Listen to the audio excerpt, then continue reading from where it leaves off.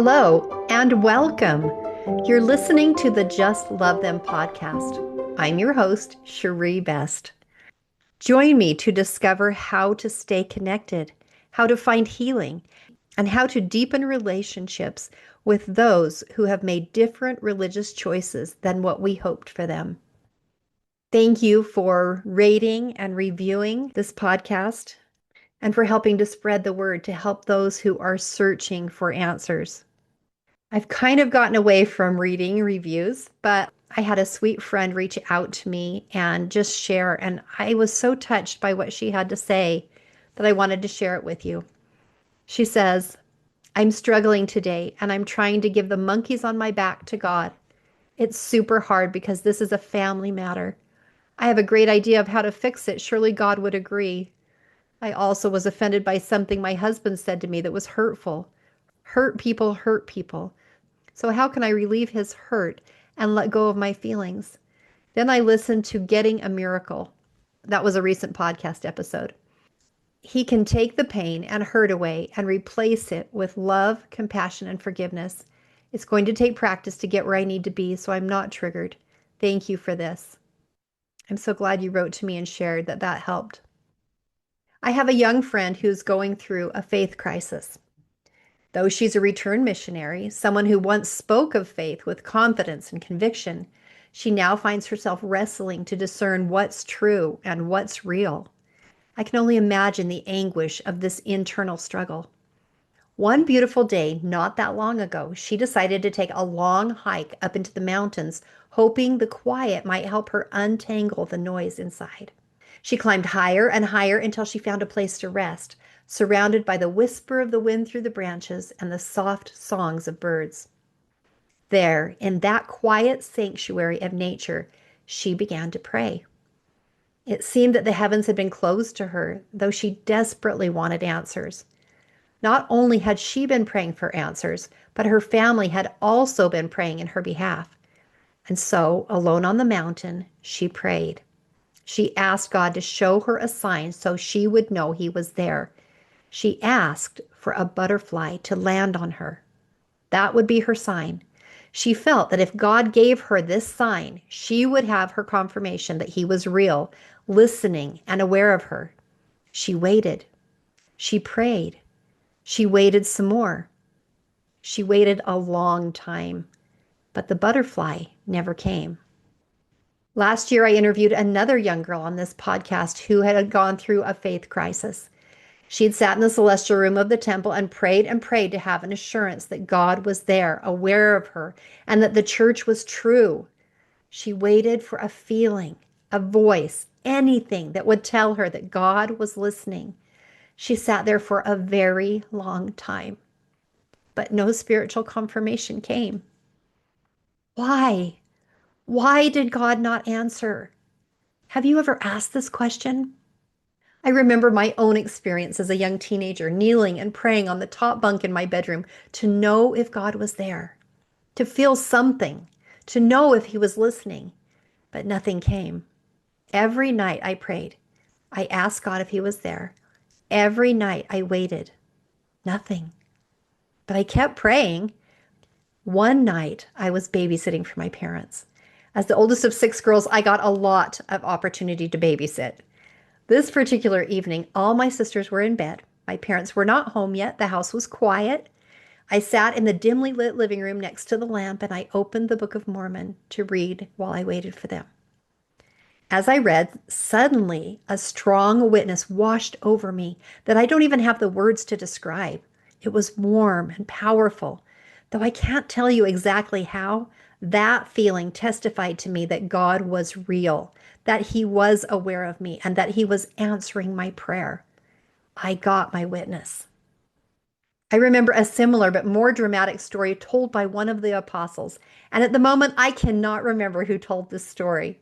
But one of the apostles told their experience in a general conference of praying as a young prospective missionary to know if the Book of Mormon was true. He got no answer.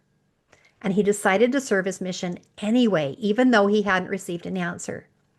Throughout his mission, he kept asking in his prayer if the Book of Mormon was true. Still, no answer. Yet he kept serving. He continued taking steps in faith. Partway through his mission, he had an experience one night where he was given that witness. The Spirit bore down upon him, and he felt the surety of the truthfulness. He finally got his answer, but it didn't come in his timing. It came in God's. Even when we don't get what we want, which can include answers we are seeking in the time frame we've laid out for God, our unanswered questions, our seemingly unanswered prayers, and our trials do not need to separate us from the love of God. We can still take action steps in faith while we wait on the Lord. Joseph Smith was imprisoned in Liberty Jail in 1839 during the coldest winter on record to that point. It was frigid, even inside the basement, more like a dungeon of that building. Joseph and his companions were miserably cold. The food they were given was terrible. Joseph and those that were with him described the food as very coarse and so filthy that they could not eat it until they were driven to it by hunger. The prisoners believed the guards were poisoning their food, and Joseph Smith reported that on several occasions poison was administered to them and made them violently ill. The ceiling of that dungeon was so low that Joseph couldn't even stand up straight. They were there for months, even though they prayed daily for deliverance, for relief. Their families prayed. The members of the church prayed. And yet God seemed not to answer. This is the prophet who surely God would listen to and heed, and yet there was no sign of deliverance. Their suffering seemed to go on and on. Joseph's words to God in the book, The Doctrine and Covenants, in section 121 read, and I'm skipping around a little bit, O God, where art thou? And where is the pavilion that covereth thy hiding place? How long shall thy hand be stayed, and thy eye, yea, thy pure eye, behold from the eternal heavens the wrongs of thy people and of thy servants, and thy ear be penetrated with their cries? Let thy hiding place no longer be covered. Let thy ear be inclined. Let thy heart be softened, and thy bowels moved with compassion toward us. In essence, he was asking, why? Why are you not answering me? Why are you not rescuing me? A few verses down, God speaks to Joseph, and this is what he says. My son, peace be unto thy soul. Thine adversity and thy affliction shall be but a small moment. And then, if thou endure it well, God shall exalt thee on high. Thou shalt triumph over all thy foes.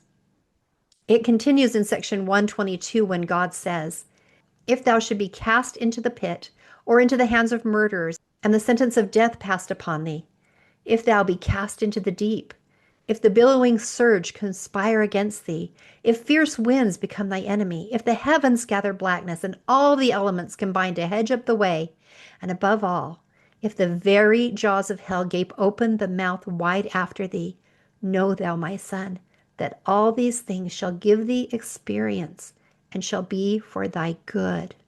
The Son of Man hath descended below them all. Art thou greater than he? God had a purpose in allowing Joseph to remain in that circumstance. Yet Joseph sat in that miserable place for 5 months before he was delivered. Did he wonder why God was not answering him, not delivering him? He likely did. Did he believe that God had abandoned him, that he was not listening and did not care? Surely not. He trusted that God would deliver him in his timing and in his way. He was taught that his experiences were for his good and to hold on and trust God's plan. He continued to ask in faith. What is God's purpose when he does not answer us when we ask? To the people who are seeking him, to the young missionary seeking to know if the Book of Mormon is true. In my mortal finite mind, I'm thinking, but of course you should answer them immediately, God. Show them what they're looking for. Reveal yourself to them. Rescue them. Help them feel the Spirit and know you're there. What if they give up? What if they turn away from you? What if they stop asking? But then, those are my fears, not God's. God sees the past, the present, and the future. He has a plan. Of course he has a plan. He has a mission laid out for each of us, and He knows the experiences we need in order to accomplish it. We don't. Just as God had a purpose for Joseph, I believe God had a purpose for not answering my prayer as a young teen, for allowing me to wait and pray for many months before my spiritual experience came. I can tell you that when that witness finally came, it meant so much to me. I felt so grateful, so much more grateful than I would have felt if I had been given that spiritual experience the moment I asked for it. By the time it came, I did not take it for granted. I treasured it. I still do. It has become a precious testimony that I treasure to this day.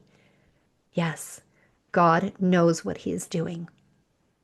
God has a purpose in not giving my friend her butterfly, for not answering my young friend as she sat in the celestial room seeking God's help, for not answering a young missionary until partway through his mission. We are like little toddlers seeking to tell the parent what's best, not realizing that the parent is infinitely more wise than we little children are. What is needed on our part is to trust. Trust that God knows what He's doing. My friend Lori shared an experience that seems to fit here. When her little boy was just a year and a half old, he needed a critical surgery. They waited together in a small hospital room, Lori and her husband doing their best to stay calm while their little baby nestled in her arms, unaware of what was about to happen. When the doctor and the nurse finally came in, the nurse smiled gently and reached out her arms. Lori kissed her son's soft cheek as the nurse lifted him from her lap. But the moment that little boy realized he was being taken away, panic set in. He wasn't prepared to be separated from his parents. His face crumpled. He began to scream and sob, twisting in the nurse's arms and reaching desperately for his mom. "Mommy, Mommy!" I can just imagine him crying, his little hands stretching toward her as she stood frozen in place. His cries grew louder as he was taken from the room and carried down the hall away from her, his wails echoing through the corridor. He did not understand why she wasn't coming with him, why in this strange and frightening place his mother wasn't there to hold him. Lori could only stand there, tears streaming down her face, watching helplessly as the nurse disappeared through the swinging doors with her baby in her arms. He was so little, just a toddler. She was not able to help him understand that she was not abandoning him, that she was doing what had to be done for his good, that he would be better off in the long run, that she was acting for his highest good. There was no way she could help him understand that. And so it is with us. We are that little child. Sometimes God is not able to help us understand that He is not abandoning us, that what He is doing is for our good, that we will be better off in the long run, that He actually knows what He's doing and is acting for our highest good. Let us be as a little child with our Father in heaven. As described in the Book of Mormon in Mosiah 3:19, become as a little child, submissive, meek, humble, patient, full of love, willing to submit to all things which the Lord seeth fit to inflict upon him, even as a child does submit to his father. In October of 2025, Henry B. Eyring shared his experience from being in college, feeling it was too hard, feeling overwhelmed, discouraged, wanting to take an easier path. He prayed, and God did answer him. And this is what he felt God say: "I'm proving you, but I'm also with you." President Eyring went on to say, "I did not know then all that those words meant, but I knew what to do. I went to work." President Eyring then teaches us about the word prove. He says, quote, "The word prove has several meanings. To prove something is not simply to test it, it's to increase its strength. To prove a piece of steel is to place it under strain. Heat, weight, and pressure are added until its true nature is enhanced and revealed. The steel is not weakened by the proving. In fact, it becomes something that can be trusted, something strong enough to bear greater burdens. The Lord proves us in much the same way to strengthen us. I bear witness that these moments are not evidence that the Lord has abandoned you. Rather, they are evidence that He loves you enough to refine and strengthen you. He is making you strong enough to carry the weight of eternal life. If we remain faithful in our service, the Lord will refine us. He will strengthen us. One day we will look back and see that those very trials were evidence of His love. We will see that He was shaping us to be able to stand with Him in glory. As the Lord's Apostle Paul stated at the end of his own life, I have fought a good fight. I have finished my course. I have kept the faith. Unquote. God has a plan. Think about Christ's crucifixion. Surely, without knowing the whole story and the purpose, it would be easy to see even Christ's cruel crucifixion on the cross as abandonment by God the Father. Yet God had a purpose, and allowing Christ to pay for our sins and sorrows brought God's protection to the whole human race. The ability to live with Him again, it changed everything.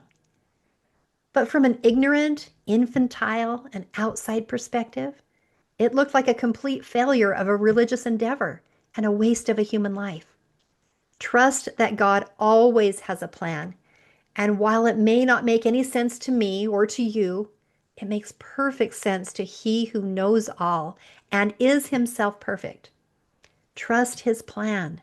Trust His timing. Keep taking steps in faith. My friend Emma taught me a 4-step formula to help remember to keep taking action steps when we don't understand. She developed this formula from Doctrine and Covenants 121 and 122.